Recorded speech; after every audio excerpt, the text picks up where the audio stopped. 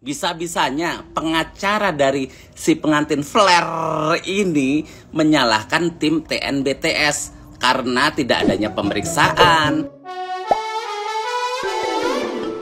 Minta maaf usai Bromo terbakar, pasangan prewedding malah tuntut balik petugas Bromo. Rusak 50 hektar kawasan Gunung Bromo karena dilahap sejago merah karena ulah dari pasangan prewedding dengan tim EO-nya sempat bikin viral media sosial. Nah, ini buntut akan kejadian itu akhirnya membuat pasangan itu jadi minta maaf nih di hadapan ketua dan sesepuh suku Tengger. Nah, tapi ya yang bikin geger bukan cuma sekedar minta maaf. Pasangan pengantin itu malah menuntut balik nih, di mana mereka akan melaporkan petugas Balai Besar Taman Nasional Bromo Tengger Semeru atas dugaan kelalaian. Katanya sih bukan hanya salah dari pasangan itu aja, tapi juga dari pihak pengelola yang mengabaikan hak-hak wisatawan. Salah satunya nggak adanya fasilitas jaga atau pemadam. Waduh, kirain cuman minta maaf aja ya. Gimana tuh tanggapannya? Harusnya bukan petugas Bromonya Pak yang dituntut. Harusnya anginnya sama apinya, sama rumputnya itu yang dituntut. Kalau perlu Gunung Bromonya itu yang dipenjarain sekalian.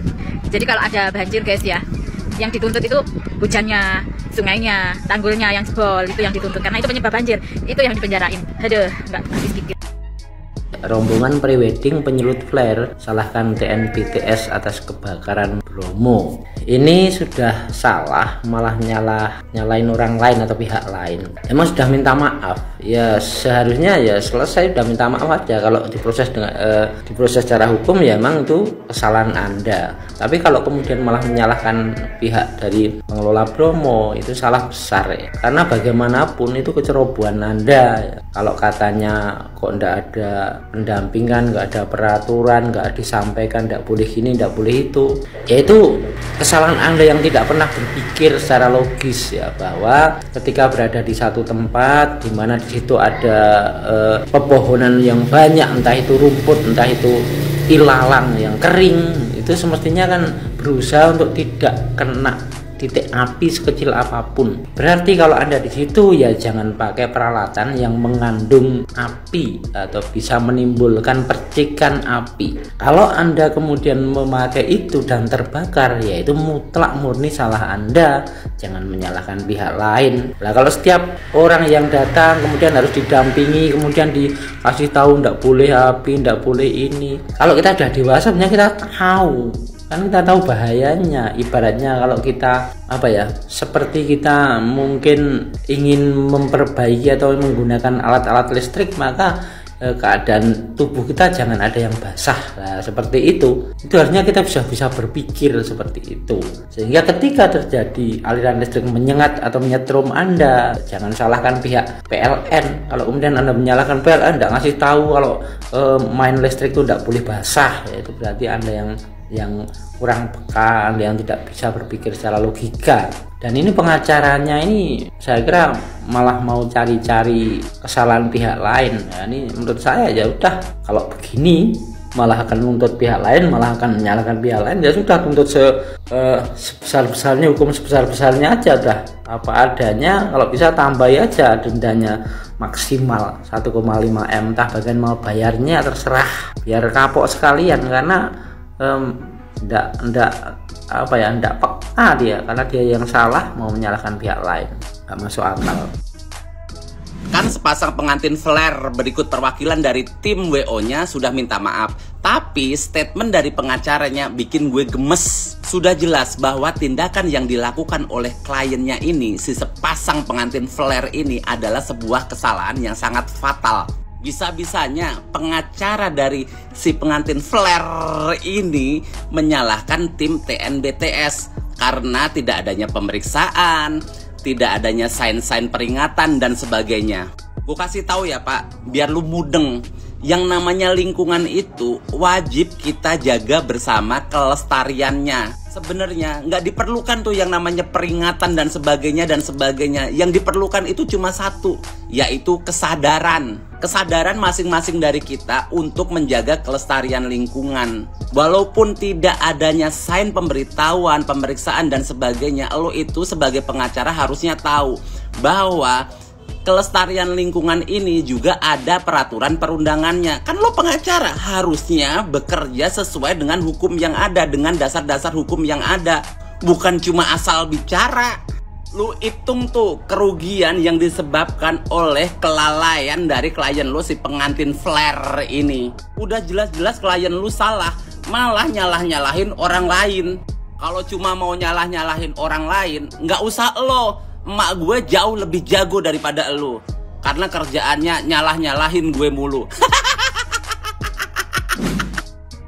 Jancuk aku mumpung ono iki ono wektu ya, Cuk, ape bahas maneh Gunung Bromo ya, seputar kondisi Gunung Bromo sing mari kobongan disebabkan oleh prewedding wong-wong gendeng sing utuke tepak iku gak lali gak digawa, Cuk. Dan kon ngerti ya, seharusnya wong-wong iku wis kena hujat ya, seluruh warga Indonesia bahkan dapat kecaman dari pemerintah ngono lho. Opo kon iku gak njaluk maaf ngono, Cuk ya. Gak ngerendah ae ngono, tapi kon gak malah iku, Cuk, kon malah action nang kene, Cuk ya. Seakan-akan kon iku gak bersalah ngono lho, Cuk ya. Kon iku wis salah, harusnya kon iku introspeksi diri ngono. Opo kok malah mbok gawe-gawe ngono lho, blok. Dan berita terbarune rek, kon tak dudoi ya, kon mesti melok emosi kon, Cuk ya. Iku rek berita terbarune itu kuasa hukum pasangan prewedding akan tuntut petugas Taman Nasional Gunung Bromo, Cuk. Lah goblok, Cuk. Lah sing ngobong iku kon, lapo mbok sing mbok tuntut iku petugase blok, goblok. Dan opo iki yo sing prewedding iki mau kok iso nuntut petugas iku iki alasane, Cuk, tak dodoi. Lah jancuk aja nih. Lah iku, Cuk, rungokno ya. Meski begitu, kuasa hukum pasangan prewedding berencana untuk melaporkan balik petugas BBTN BTS atas dugaan kelalaian. Hasmoko, kuasa hukum pasangan prewedding dan 4 kru wedding organizer atau disebut WO, mengatakan kelalaian yang berdampak hingga terbakarnya kawasan TNBTS tidak hanya terletak pada kliennya, tapi juga karena kelalaiannya pihak pengelola wisata Gunung Bromo, dalam hal ini adalah BBTN BTS. Cuk, kok iso sih mbok salahno ku petugas, Cuk ya.